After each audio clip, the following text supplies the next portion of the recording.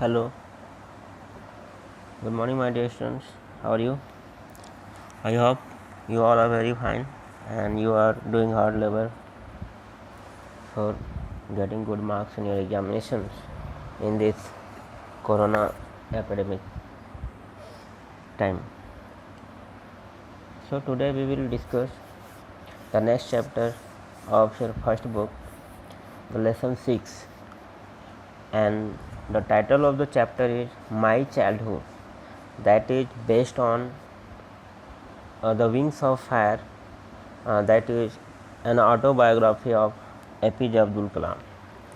ये APJ अब्दुल कलाम जी के autobiography the wings of fire से लिया हुआ एक छोटा सा अंश है जो कि आपके सिलेबस में दिया गया है।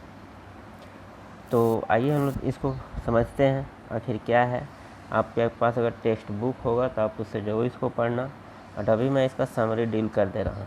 ओके, सो आइए let's start. My childhood written by APJ Abdul Kalam. APJ Abdul Kalam actually the short form of Abdul Pakir Jainulabdeen Abdul Kalam. Okay, ये इसका फुल फॉर्म होता है, तो आप इसको देख लीजिएगा। एक बार फिर से मैं बोल रहा हूँ, Abul Pakir Jainulabdeen Abdul Kalam. Okay, so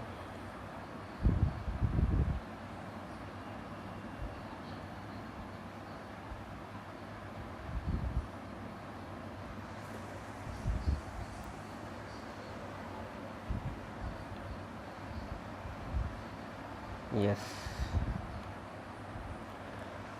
professor Abdul Kalam's birth and childhood. जैसा कि आप जानते हैं, अब्दुल कलाम जी हमारे देश के प्रेसिडेंट रह चुके हैं फ्रॉम 2002 से लेकर 2007 तक, 2002 से लेकर 2007 तक ये हमारे देश के राष्ट्रपति रह चुके हैं। Professor Abdul Kalam's birth and childhood, Abdul Kalam ji का बर्थ और उनके बचपन के बारे में। This lesson tells us about professor Abdul Kalam's childhood. ये चैप्टर हमें प्रोफेसर अब्दुल कलाम जी के बचपन के बारे में बताता है।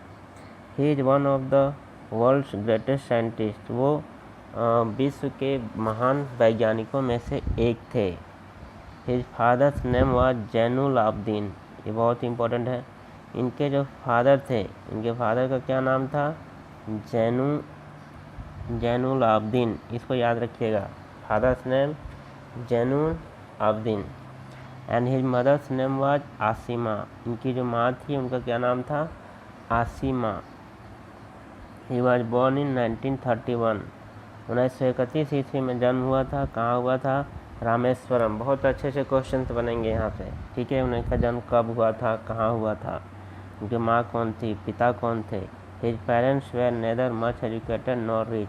और इनके माता पिता ना तो बहुत अधिक पढ़े लिखे थे और ना ही धनी थे, ठीक है। मच एजुकेटेड नॉर रिच, ना तो बहुत अधिक धनी थे और ना ही बहुत पढ़े लिखे थे। Yet they were very generous and kind.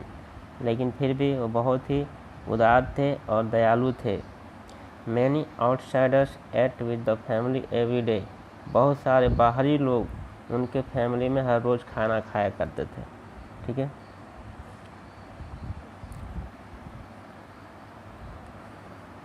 Next point is his house and family. अब इनका घर कैसा था और इनका परिवार कैसा था।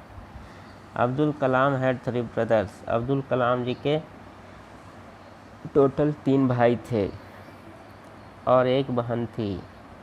3 भाई थे और एक बहन थी। They lived in their all ancestral house. इनका अपना घर नहीं था, इनके पूर्वजों का बनाया हुआ घर था। एनकेस्ट्रल का मतलब होता है पूर्वज, पूर्वजों के द्वारा बनाया गया घर। इट वाज ए लार्ज पक्का हाउस। ये बहुत ही बड़ा पक्का घर था। पूछ सकता है इनका घर कैसा था, तो एनकेस्ट्रल था और बड़ा था, पक्का घर था, मतलब कंक्रीट सीमेंट का बना हुआ था।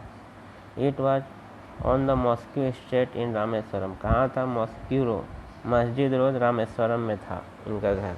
ठीक है।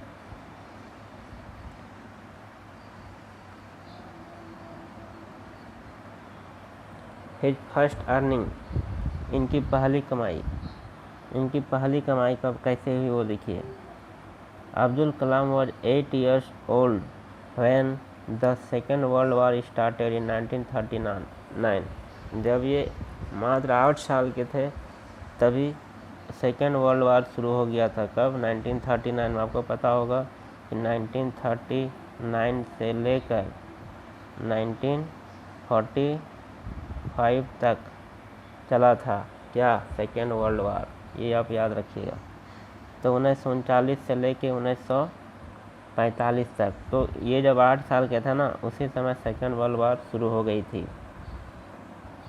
There was suddenly a great demand for tamarind seed, और उसी समय पता नहीं क्यों बहुत अधिक डिमांड बढ़ गया था। टेमरिन सीड, वही इमली के जो बीज होते हैं, इमली के दाने, ठीक है, तो उसका बहुत अधिक डिमांड बढ़ गया था। Abdul Kalam would collect this seeds and sell them in the market. Abdul Kalam क्या करते थे? तो इनको कलेक्ट करते थे, इन इमली के बीजों को, इमली के दानों को जमा करते थे और इसको ले जा करके मार्केट में सेल करते थे। क्या करते थे? सेल करते थे। हिज कजन, और इनका जो चचेरा भाई था, है ना, जिसका नाम था शमासुद्दीन। क्या नाम था इनके चचेरे भाई का? शामसुद्दीन। शामसुद्दीन जो था वो न्यूज़पेपर डिस्ट्रीब्यूट करते थे। कौन डिस्ट्रीब्यूट करते थे न्यूज़पेपर? इनका जो कजन था वो शामसुद्दीन। ही employed Abdul Kalam as helping hand, और अब्दुल कलाम ने उसको क्या किया था? अब्दुल कलाम को उसने हेल्पिंग हैंड, मतलब एक हेल्पर के रूप में काम पे रखा हुआ था। इन दिस वे, मतलब ये जो न्यूज़पेपर वो सेलिंग करते थे, डिस्ट्रीब्यूट करते थे, तो उसी के साथ ये भी न्यूज़पेपर बेचा करते थे, और इस तरह से उन्होंने अपनी पहली कमाई अर्न की थी। वेगेज का मतलब होता है कमाई। क्या होता है वेगेज? मतलब कमाई। तो इनकी पहली कमाई किस रूप में हुई थी? तो न्यूज़पेपर बेच करके और इमली के बीजे को बेचकर हुई थी। Next, new teachers casteist action. अब इनके स्कूल में एक नया टीचर आता है जो जातीय भेदभाव वहाँ पे फैलाने की कोशिश करता है। उस पर देखिए क्या होता है। Abdul Kalam parents highly influenced him. Abdul Kalam के जो पेरेंट्स थे, Abdul Kalam parents highly influenced him. हाँ, अब्दुल कलाम के पेरेंट्स ने उसको बहुत अधिक प्रभावित किया था। Some of his friends and teachers also influenced him, और उसके जो फ्रेंड थे और टीचर थे वे लोग भी अब्दुल कलाम से बहुत अधिक प्रभावित थे। He was in the 5th standard at Rameswaram. जब वो 5वीं कक्षा में थे रामेश्वरम में। कहाँ पर? एलिमेंट्री स्कूल, गांव का स्कूल था, ठीक है, एलिमेंट्री स्कूल था, मतलब प्राइमरी स्कूल था। तो वहाँ की बात है जब वो 5 साल के थे। तो क्या हुआ वहाँ पर? A new teacher came to the class. तो वहाँ पर एक नया टीचर आया हुआ था।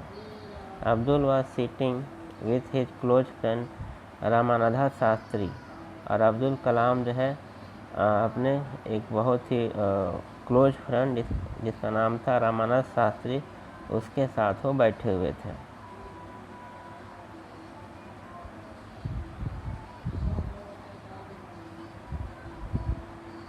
तब क्या हुआ? उनके साथ मतलब फ्रंट रो में बैठे हुए थे।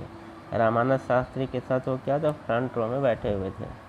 The new teacher could not tolerate it one thing, और ये चीज़ जो है तो उसके नए टीचर को बर्दाश्त नहीं हुआ। मतलब एक हिंदू लड़के का एक मुसलमान लड़के के साथ बैठना बिल्कुल ही उसको अच्छा नहीं लगा, बर्दाश्त नहीं हुआ। It was that a Hindu creation should sit with a Muslim boy, ठीक है।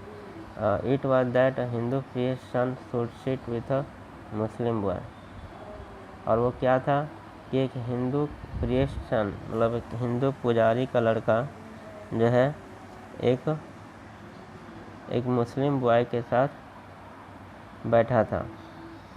ही asked Abdul to sit on the back bench, और उसने क्या किया, उसको बोला कि तुम फ्रंट बेंच से जा करके बैक बेंच में बैठ जाओ।